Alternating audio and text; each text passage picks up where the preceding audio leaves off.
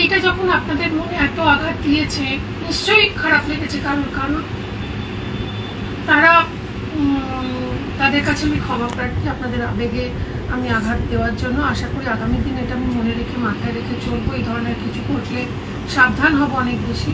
কিন্তু আমার না সত্যি মাথায় আসেনি যেটা হতে পারে, কারণ আমি তো সত্যি কোনো অন্যায় করিনি। এবার গন্ডগোলটা হলো কোথায়, তারিন জাহান অনুষ্ঠানটা শুরু করতে গিয়ে যে ক্লিপটা আপনারা ভিডিও ক্লিপ দেখছেন, সেখানে ভুলবশত বলে ফেলে, যেটা হয় না ক্যাজুয়ালি বলে ফেলে, সুদীপা আজকে তোমাকে আমি গরুর মাংস রান্না করে খাওয়াবো।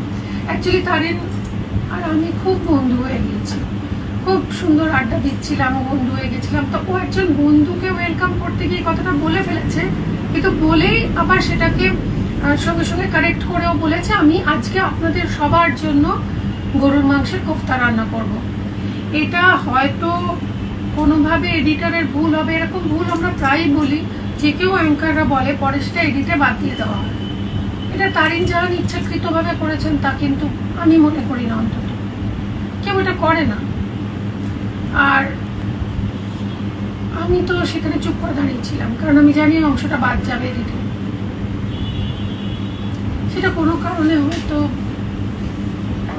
মিস্টেক বাই মিস্টেক সেটা হয়নি, তার দায়টা আমার ওপর বর্তায় না। এবং অন্যের ধর্মাচরণে বাধা দেওয়ার অধিকার আমার কোনো নেই। আমি একটা অন্য দেশে দাঁড়িয়ে রয়েছি, যেখানে তাদের জাতীয় খাবারের মধ্যে পড়ে গরুর মাংস। সেখানে দাঁড়িয়ে আমি বলতে পারি না যে তারিন তুমি এটা রান্না করো না। কারো ধর্মীয় আচরণে বাধা দেওয়ার কোনো অধিকার অন্য কোনো ধর্মের মানুষের আছে বলে আমার তো জানা নেই।